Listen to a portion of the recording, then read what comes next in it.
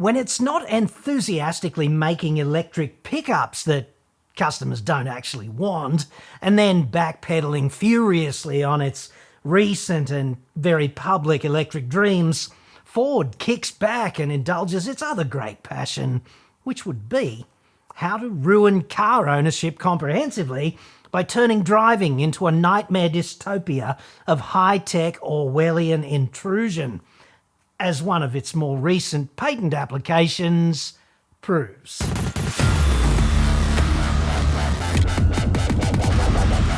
I'm John Cadogan from AutoExpert.com.au. New cars cheap, but Australia only. Website. Come on.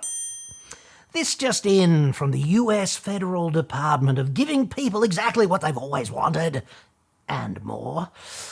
Ford has recently filed a patent application for bespoke in-car advertising that cannot be turned off, personalised by AI to your identity and that of your passengers, your destination, your chosen route, and various other data that the car extracts by digitally stalking you. Strategies are already in place to maximise revenue and ensure that your ability to circumvent the infliction of this intrusion is effectively obliterated, of course. So, hallelujah, dude, bring it. Where do I sign? Oh, that's right. I won't have to, will I? Because I've already agreed to the frickin' terms and conditions, which, like everyone else, I didn't actually read, mainly because they're 1,200 pages long and the car's not going to run unless I put a tick in that box. This video is sponsored by Novated Lease Australia. If you're considering a novated lease for your next car, this new feature of theirs could save you a lot of time and headache. The covers have just come off their brand new novated lease calculator, and the big deal here is you don't have to laboriously search for and compare the cars one by one. Novated Lease Australia's new calculator lets you view and compare the prices for dozens or even hundreds of cars at once. The search can be as broad or as specific as you want. Petrol, diesel, electric and/or hybrids, you just browse all of the popular models. And if you have a specific dream car in mind, that's dead simple too, using the inbuilt lookup feature. You can calculate the prices on a weekly, fortnightly or monthly basis, making it dead simple to see exactly what fits your budget and help you make an informed decision faster, which is really what this is all about. And while other calculators force you to look up the cars individually, the new Novated Lease Australia calculator gives you a comprehensive overview in one place quickly, kind of like a big snapshot. It's straightforward, efficient, and designed to streamline your search. It's totally free and there's no obligation, just a big chunk of convenience, basically. Visit novatedleaseaustralia.com.au/novated lease calculator. I'll put a link in the description. See just how affordable a novated lease can make your next car today at novatedleaseaustralia.com.au/novated lease calculator. Remember in the olden days when your car was a refuge from the outside world, a place where you could chill, a bit of a haven, a safe space where you could blast AC/DC or Pink Floyd or even excuse me, Celine Dion or the Village People with the volume on 13 without earning the opprobrium of the neighbours or waking the baby? Remember that? Before the car was continuously stalking you and collecting your data, and before shithead car makers were on-selling all of that to marketers, brokers, or even, ultimately, scammers. Before the car was monitoring you in real time and checking where you were looking and listening to the conversation you might be having with the boss's secretary about your proposed off-site meeting later this evening. Before car makers were collecting your call and SMS data, your driving destination and GPS routes, and giving all of these to law enforcement on request, i.e. without even a court order. And if you think I'm making any of this up, Google Mozilla car privacy and prepare to be both shocked and appalled. Car makers are the worst category of unethical businesses when it comes to safeguarding your privacy. With car makers, the door to your data is always open, dude. This latest Ford advertising bullshit patent application is the glacé cherry on the icing of this cake of ongoing incremental digital intrusion. Up to the elbow with this one, I must say. According to the patent application in one example, Ford proposes showing a visual ad every 10 minutes as you drive, I don't know, all the way to Broken Hill. That's going to get old, isn't it? And if you make the mistake of responding positively to any one of those ads, Ford's AI could helpfully conclude that it's appropriate to up the frequency to once every 5 minutes. Who doesn't want that?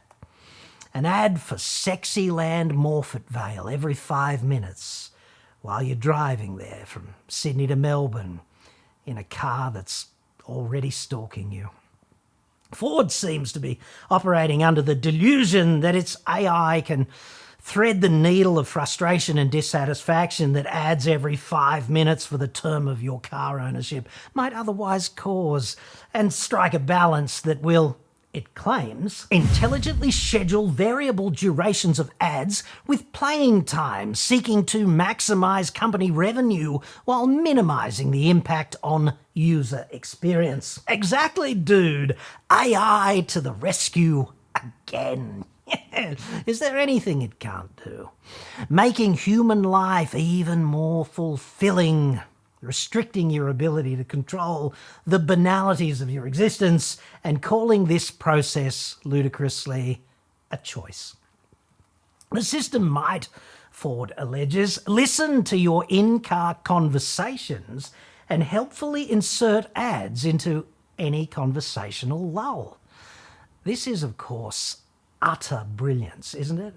Occupying the moral high ground by claiming to be less intrusive than any other ad insertion strategy, while at the same time actually being more intrusive than a barbed wire enema. It's genius. Congratulations, Ford. Well done. Of course, Ford has form on these nightmare patents. Over the past few years, the company has filed a patent for technology that would snitch on other nearby speeding cars and, of course, collect photographic and other evidence of these transgressions on behalf of law enforcement. The Ford rat, the Ford snitch, perhaps the grass in the UK. Can't wait for that to be standard across the range. Imagine the surge in vandalism at car parks. Ford also has a patent application in the works for the Repo Man, fully automated onboard repossession technology should you fail to make the payments, which on the surface seems kind of fair. It's a good thing that technology never fucks anything up though, isn't it? Imagine Ford Repo Tech 2000 kicking into action and disabling your Ford Ranger Wildtrak while you're halfway to Dingo Piss Creek, when in fact it was one of the numerous other Jared Big Chubbies who failed to meet his fiduciary obligations. We're so sorry about that, Mr. Big Chub. It won't happen again. Till it does. Of course, when these dipshit Ford patent applications come to light in the public domain and evil, outspoken bastards on YouTube oxygenate these in a less than totally favourable manner, making Ford look, frankly, like a big bag of dicks, Ford's shtick is to say that we have no intention of putting this into production. It's just a thought bubble.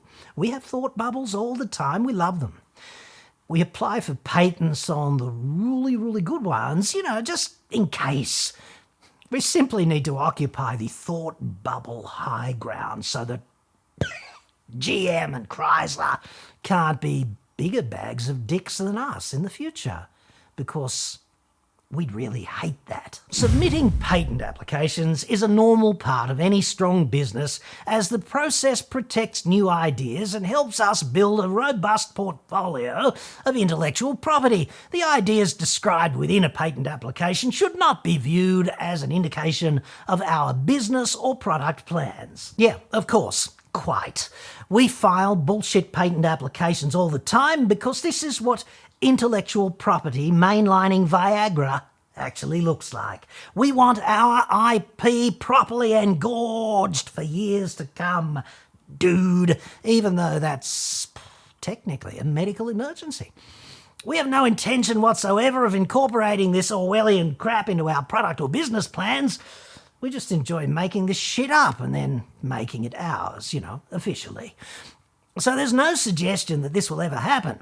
A dude's car is absolutely his or her castle. Still, only lately it's more of a subscription castle. A pay-per-month kind of castle, which seems fair. Like, nobody owns anything these days anymore. So it's more of an on-demand castle when you think about it, with free ad breaks. But there's no suggestion in-castle AI-driven advertising is ever going to be a real thing. Until, of course, they actually slam the final nail in the coffin of driving enjoyment by, actually deploying it. Eventually, you won't even notice it's there, dude. That's my prediction. It's going to be kind of like the incriminating GPS data and the unapproved raunchy SMS exchanges that they're already collecting and divulging to third parties without your permission or knowledge, in the background.